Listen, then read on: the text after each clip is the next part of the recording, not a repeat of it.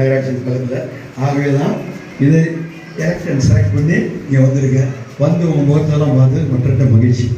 ஆக இந்த குறுகிய காலத்தில் நிறைவான முயற்சி ஏற்பாடு செய்து நகர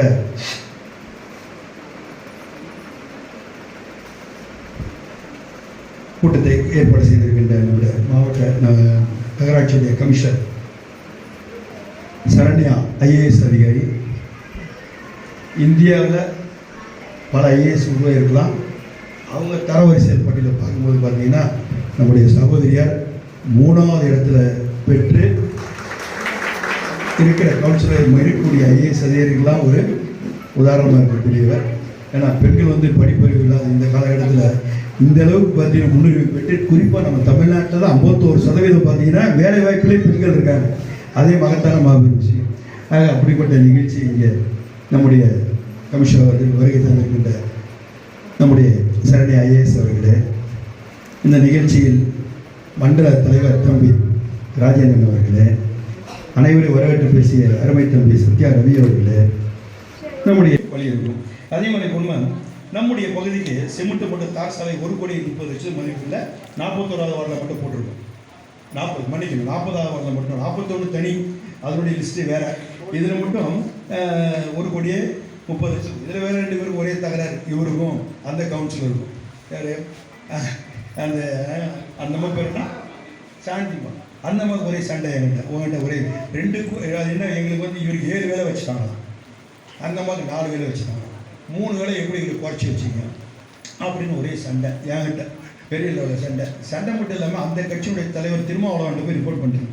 இதை மாதிரி எனக்கு அவர் என் பேரை சொல்லி, மேயர் பேரை சொல்லி, கமிஷனர் பேர் சொல்லி எனக்கு வேலை தர மாட்டுறாங்க. உன்னை என்கிட்ட வந்து அவர் ஃபோன் பண்ணார், என்னென்ன இந்த மாதிரி படிக்கிற வந்து எங்கள் ஆளுக்கு நீ உருவாக்கின ஆள் தானே கம்மியாக இருக்குது, அவருக்கு வேலை கம்மியாக கொடுத்துருக்கீங்க. நான் என்ன பண்ணேன், சட்டையை கூப்பிட்டேன், கமிஷன் கூப்பிட்டேன். மேடம் எவ்வளோ வேலை கொடுத்து பார்த்தாக்கா கடந்த முறை அவருக்கு இவருக்கு வந்து 2,80,00,000 கொடுத்துருக்கோம். கடந்த ஆண்டு இவருக்கு ஒர்க் கொடுத்து 2,80,00,000, 7,00,000. அவருக்கு 10 கோடி கொடுத்துருக்கோம். 10 கோடி சம்திங் வருது. அதை அவர் மறைச்சிட்டார். அப்புறம் மொத்த லிஸ்ட் எடுத்து பார்த்தா 48 வார்டில் அவருக்கு அதிகமாக வேலை செய்யுது. இதை நான் சொன்னேன் யார்கிட்ட, இந்த லிஸ்ட்டு மொத்தம் வாங்கி திருமாவளவன் இது பாருங்க, இவ்வளோ வேலை வந்து உங்கள் உறுப்பினருக்கு அதிகம் செய்துக்கணும். நான் அவருக்கு அப்புறம் முடிச்சு சட்டம் போடுறேன் உரிமையில அதை மறைச்சி சொல்கிறேன். அதை கூட ஒரு முறை கொடுத்துருக்கின்றப்போ சுழற்சி ஊரில் அடுத்து வரும்போது அவங்களுக்கு தரப்போம். ஆக மொத்த வேலையும் நிலைமை கொடுக்கணும். யாரும் 48 வார்டில் நாங்கள் இங்கே பாஷாட்டு பாடல ரெண்டாவது கவுன்சில் கூட எடுத்து போயிருக்காங்க. பாஷாட்டு போல திராவிட மாடல் அரசு அவங்க போட்டாலும் போராட்டாலும் அவங்களுக்கு அவங்க கட்சி எதிர்கட்சி தலைவர் எடப்பாடியாக இருந்தாலும் முதலமைச்சர்னா நம்முடைய முதலமைச்சர் நம்முடைய தளபதி தான். ஆக நாங்கள் வந்து கொள்கை ரீதியாக எதிரியாக இருந்தாலும் பிஜேபிக்கு எங்களுக்கு பிரதமர் அவர் தான், அதை மாற்றுகிறது கிடையாது. அதுவே அவுட் ஆஃப் கண்ட்ரோல் தமிழ்நாடுன்றது அடுத்த கட்டம் இருந்தாலும் எங்களுக்கு பிரதமர் அவர் தானே. அதேமாதிரி ஓட்டு போட்டாலும் ஏடிஎம் வரணும், இவர் தான் முதலமைச்சர். ஆக அதை பார்க்காம கவுன்சிலர் ஏடிஎம்கே இருந்தால் அந்த வார்டுக்கு செய்கிறது உத்தரவு பிறப்பிக்க அவங்க நமக்கு மக்கள், அந்த மக்களுக்கு தமிழ் மக்கள் அவங்களுக்கு செய்து அவங்க உத்தரவு போட்டு அதையும் நம்ம பணி செய்திருக்கிறோம். அதே மாதிரி பார்த்தீங்கன்னாக்கா 1,75,00,000 மதிப்பீட்டு குடிநீர் இணைப்பு டிஎன்ஹெச்பி 4வது பிளாக்கில் முழுமையாக வழங்கப்பட்டுள்ளது. 5 மற்றும் 6வது பிளாக்கில் பணி நடைபெற்றுக் கொண்டுள்ளது. இதில் ஒன்று சொல்ல போனாக்கா நீங்கள் அதையும் சொல்கிறான் ஒருத்தன் ஹவுசிங் போர்டில் இருக்காங்க, எங்களுக்கு மட்டும் நீங்கள் காசு வாங்குறீங்க, ஹவுசிங் போர்டு இங்கே உள்ளவங்க ஏன் காசு வாங்கலான்னு வாட்டர் சப்ளை கொடுத்துட்டீங்க, ஏன் காசு அவங்களுக்கு பணம் வாங்கினீங்க. இப்போ நம்ம காசு கொடுத்தா வாங்குறோம். 1 லிட்டர் காசு வந்து பார்த்தீங்கன்னாக்கா இவன்கிட்ட வந்து காசு கொடுத்தா வாங்குறோம். கரெக்டாக மெட்ரோவில் வந்து காசு கொடுத்தா வாங்குறோம். இந்த மாநகராட்சி ஒரு நாளைக்கு எவ்வளோ லிட்டர் வாங்குறோம்? லிட்டர் 1000 லிட்டர் 35 ரூபா கொடுத்து வாங்குறோம். 1000 லிட்டர் 35 லட்ச ரூபா கொடுத்து வாங்கி அதை ப்ராசஸிங் பண்ணி மட்டும் கொண்டாந்து ஒவ்வொருத்தருக்கும் சேர்க்குறோமோ அதுக்கு நமக்கு வந்து எல்லாருக்கும் அதுக்கும் காஸ்ட் ஆகும். ஆக பார்த்தீங்கன்னா ஹவுசிங் போர்டு அந்த ஹவுசிங் போர்டில் இப்போ என்ன கேட்குறதுக்கு இல்லை, எங்கள்கிட்ட கூட காசு வாங்குறேன் ஒன்றும் வாங்கலன்னு கேட்குறாங்க. அது ஒரு கேள்விக்குறியாக வச்சுருக்காங்க. அவங்களுடைய வாங்கல நான் பணம் தர மாட்டேன்னு சொல்லி அது வேறு வெயிட் பண்ணுறாங்க. ஆக அது ஒன்றும் மிக விரைவில் அது நீங்கள் செலுத்த வேண்டிய சூழ்நிலை வரும். ஏன்னா பணம் கொடுத்தா வீட்டில் இருக்க மனைவியே கூட நீங்கள் சம்பளம் வாங்கி போனால் வீட்டில் சேர்ப்பாங்க இல்லை சார். அது வந்து மிகப்பெரிய தொழிற்சாலை, அது பேர் வந்து சன் சர்டிஃபிகேட் லிமிடெட். மிகப்பெரிய தொழிற்சாலை, ஏறக்குறைய 3000 பேர் வேலை செய்ய அந்த காலத்திலேயே. அந்த காலத்தில் 3000 பேர் வேலை செய்தாங்கன்னா அந்த குடும்பத்தில் 3 பேர் பயன்படுவாங்க. அப்போ 9000 பேர். அந்த 9000 பேர் பணிமனை செய்யக்கூடியவங்க, முடிவெட்டுறவங்கலேருந்து, செருப்பு தைக்கிறவங்கலேருந்து, துணிமணி தைக்கிறவங்கலேருந்து, மளிகை கடை வைக்கிறவங்கலேருந்து, அவங்க ஒரு குறைஞ்சபட்சம் ஒரு 2000 பேர் இருக்கும். அப்போ இது ஒரு 9000, அவங்க ஒரு 2000, அவங்க குடும்பம் ஒரு 3 பேர் 6000. 9000 15,000 பேர் பயணிச்சாங்க. எடுத்துகிட்டு போயிட்டான், எல்லாத்தையும் எடுத்துகிட்டு அவங்க காசாக்கிட்டான். ஆனால் அது ஒன்றுமே பணியை செய்யலை. டெண்டர் விட்டதோட சரி பணி செய்யலை. ஆனால் மாண்புமிகு தமிழக முதல்வர் அவர்கள் தேர்தல் பிரச்சாரத்தில் வந்தப்போ நான் மீண்டும் ஆட்சிக்கு உங்களுடைய இதில் வந்து உட்காருவேன், உங்களுடைய வாக்குரிமை மூலம் வந்து உட்காருவேன், உட்கார்ந்த உடனே இந்த டைட்டில் பார்ப்பேன் நான் கெட்டுவேன்னு சொல்லி டைட்டில் பார்க்க நான் தான் திறப்பேன்னு சொல்லி திறந்தார். அதே மாதிரி இங்கேருந்து போகக்கூடியவன், பட்டாரமிலிருந்து போகக்கூடியவங்க இங்கே மாவட்டத்துக்கு போகக்கூடியவன் திருவள்ளூருக்கு போகணுன்னாக்கா அந்த பிரிட்ஜ் எவ்வளோ நாளாக சீரழிச்சு என்ன பண்ண கிடந்தது. சண்முகண்ணா உங்களுக்கு தெரியுமா தெரியாதா, நல்லாசிரியர் உங்களுக்கு தெரியுமா தெரியாது, அண்ணா உட்காந்து மூத்த முன்னாடி உங்களுக்கு தெரியுமா தெரியாது. எத்தனை வருஷம், 10 வருஷம் கிடப்பில் கிடந்தது. 10 வருஷம். அதுக்கு முந்தின கலைஞர் அவர் மறைந்த முறை அவர்கள் கலைஞர் அவர் போட்ட திட்ட மதிப்பீடு மத்திய அரசு மாநில அரசு சேர்ந்து செய்ய வேண்டிய அவங்களோட நிதியளிப்பு இவங்களுடைய நிதியளிப்பு. ஆனால் ரெண்டுத்திலையும் பார்த்தீங்கன்னா கிடப்பில் போடப்பட்டது. அதையும் நான் வந்தால் தான் திறப்பேன். அதை வந்து தமிழக முதல்வர்கள் அந்த பிரிட்ஜையும் திறந்தாங்களா இல்லையா, திறந்து கொடுத்தார். அதே மாதிரி பார்த்தீங்கன்னா நம்முடைய பகுதிக்கு நான் சட்டமன்ற உறுப்பினராக வந்து எல்லாம் செய்வேன்னு சொன்னேன். அறிவுசார் மையம் 2.5 கோடி ரூபாயில் அடிமனை மதிப்பு மட்டும் கிட்டத்தட்ட அது 10 கோடி ரூபாய்க்கு போக வேண்டியது. அடிமனை மட்டும் 10 கோடி, அதில் 2.5 கோடி ரூபா. இதில் வந்து அறிவுசார் மையம் அமைச்சு அதில் 3 பேர் இன்றைக்கி இவங்கள மாதிரி ஐஏஎஸ்ஸாக படிச்சுட்டு இருக்காங்க. டெல்லியில் போய் நம்ம பிள்ளைங்க இன்றைக்கி 3 பேர் ஐஏஎஸ் படிக்கலாம் சார். அந்த இடத்துல அறிவுசார் மையம் தொடங்கி வச்சுருக்கோம்.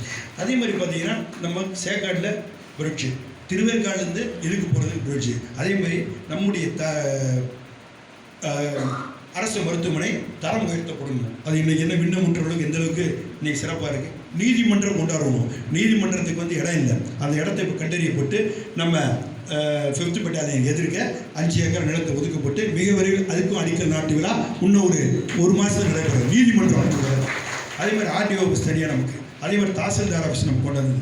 ஆக ஒன்றொன்றையும் தனித்தனியாக கொண்டு வந்து இன்றைக்கி அது மட்டும் இல்லாமல் நம்ம பகுதி ஏற்கனவே பார்த்தீங்கன்னாக்கா நம்ம சிறப்பான முறையில் நாம் இங்கே எல்லா பணிகளும் வாட்டர் சப்ளைலேருந்து ரோட்லேருந்து எல்லாம் பண்ணி கொடுத்துருந்தாலும் நமக்கு பஸ் ஸ்டாண்டு இன்றைக்கி பார்த்தீங்கன்னா 36 கோடி ரூபாய் பஸ் இப்போ புறநம்பிக்கிற வேலை நடந்துகிட்டு இருக்கு. நம்ம ஆட்சி வந்து மாண்புமிகு தமிழக முதல்வர் உத்தரவு போட்டு 36 கோடி ரூபாய் பஸ் ஸ்டாண்டு இன்றைக்கி உயர்ந்து நிற்கிது. அது மட்டும் இல்லாமல் நம்ம இங்கே பார்த்தீங்கன்னா இதுலேருந்து நம்ம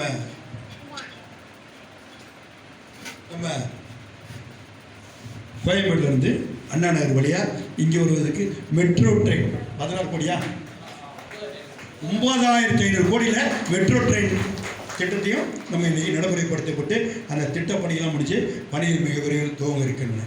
ஆக பெண்கள்லாம் இங்கே வந்திருக்கிறீங்க, உங்களுக்கெல்லாம் உரிமைத்தொகை கிடைக்காதவங்க கூட மிக விரைவில் அதுவும் நடைமுறைப்படுத்த இருக்கின்றோம். அதில் ஒரு சில கிடைக்காம இருக்கலாம், அவங்க இன்கம் டேக்ஸ் அசஸியாக இருக்கலாம், அவங்க வீட்டில் இருக்கும் மத்திய அரசு மாநில அரசு ஊழியராக இருக்கலாம், அவர்களுக்கும் இப்போ வழங்க இருக்கின்றோம். அதேமாதிரி ஆட்சிக்கு வந்தவுடன் கொரோனா நிதியை கடந்த ஆட்சியில் கேரளாவில் கொடுத்தாங்க, ஆந்திராவில் கொடுத்தாங்க, வெஸ்ட் பெங்காலில் கொடுத்தாங்க, இதில் அசாமில் கொடுத்தாங்க. ஆனால் நம்ம மட்டும் கொடுக்கல. அன்றைக்கி இருந்த முதல்வரிடம் போராடணும், வாதம் கிடைக்கல, சட்டத்தை தூக்கி வெளியே போட்டாங்க. எதிர்கட்சி தலைவராக இருந்த தளபதியை தூக்கி வெளியே போட்டாங்க. ஆனால் அப்போ சொன்னார், பேட்டி கொடுத்தார், நான் ஆட்சிக்கு வருது மக்களோட ஆதரவோட ஆட்சிக்கு வருவேன் வந்தால் அந்த 5000 நான் தருவேன்னு சொன்னார். அவர் 1000 ரூபா கொடுத்தார். தேர்தல் வந்ததுக்கு உள்ளாட்சி தேர்தலுக்கு 1000 ரூபா கொடுத்தார். அந்த 1000 ரூபா போய் 4000 கொடுத்தாரா இல்லையா? இன்னைக்கு கொடுத்தாங்களா இல்லையா? ஆனால் இல்லை, எல்லாருக்கும் 4000 எல்லாரும் கொடுத்தாரு. அதே மாதிரி பார்த்தீங்கன்னா இன்றைக்கி உரிமைத்தொகை 1000 ரூபா. 1 கோடி நம்ம ரேஷன் கார்டு மட்டும் பார்த்தீங்கன்னாக்கா 1,60,00,000 பேருக்கு இன்றைக்கி மனு பண்ணாங்க. அதில் தகுதி உள்ளவங்கன்னு சொல்லி 1,16,00,000 பேர் கொடுத்தாங்க. மீதி பேருக்கு பண்ணியிருக்காங்க. அதுவும் மிக விரைவில் அது ஒன்று அடுத்த மாதம் வந்து எஃபெக்ட் தர போகிறாங்க. அந்த 1000 எஃபெக்ட் தர போகிறாங்க. வேறு அந்த 1000 ரூபா. அதே மாதிரி மகளிர் இருக்கீங்க இத்தனை பேர் பார்த்தீங்கன்னா இலவசமாக பஸ்ஸில் பயணிக்கிறீங்க. இலவசம் அது பேர் வந்து விடியல் பயணம் வச்சார். அந்த விடியல் பயணத்தில் நீங்கள் மகளிர்லாம் போகிற சந்தோஷமாக இருக்குது. அவங்க இன்றைக்கி பார்த்தீங்கன்னா தமிழ்நாடு ஃபுல்லாக இன்றைக்கி ஒட்டுமொத்தம் ஏதாவது பயணிச்சிருக்கீங்கன்னா 798 கோடி முறை பயணிச்சிருக்கிறீங்க. 798 கோடி முறை தமிழகம் கன்னியாகுமரி பொன்னேரி வரைக்கும் கும்மிடிப்பூண்டி வரைக்கும் திருவட்டூர்லேருந்து இங்கே பொள்ளாச்சி கேரளா பார்டர் வரைக்கும் நம்ம இருக்கும் மகளிர் வந்து அவ்வளோ பேர் பயணிச்சிருக்கு. ஒரு நாள் ஒன்றுக்கு ஒரு மாதத்துக்கு ஒரு பெண்களுக்கு வந்து 838 ரூபா மிச்சப்படுது. ஒரு நாள் ஒன்றுக்கு ஒரு மாதத்துக்கு ஒரு பெண்ணுக்கு வந்து 838 ரூபா மிச்சப்படுது. அந்த வரத்தை மட்டும் உங்கள்கிட்ட இந்த பணத்தை வாங்கியிருந்தாக்கா, டிக்கெட்டுன்ற பேரில் பணத்தை வாங்கியிருந்தாக்கா ஏறக்குறைய பார்த்தீங்கன்னா 8000 கோடிக்கு மேலே அரசுக்கு வருமானம் வந்திருக்கும். ஆனால் அது ஒரு சுமை தான். இருந்தாலும் மாண்புமிகு தமிழக முதல்வர் அவர்கள் அதை சுகமான சுகையாக கருதி கொண்டு இன்னைக்கு பண்ணியிருக்காங்க. அதே மாதிரி வந்து ஒன்று, நீங்கள் போட்ட ஓட்டு பிச்சையில் தான் எம்எல்ஏ, அது தெரிஞ்சுங்க. உங்கள் வீட்டு வேலைக்காரன் நான், எங்கள் வேலைக்காரனை நீ பயன்படுத்தி. அப்படியா? ஏவா ஒரு பைபிள் ஒரு வாசகம் வரும், அந்த ஜான் எனக்கு தெரியும், தன்னைத்தான் தாழ்த்துவான் உயர்த்தப்படுவான். அது மாதிரி நான் தாழ்த்து உயர்றேன். அப்படியே வச்சுக்க சாயிரம்.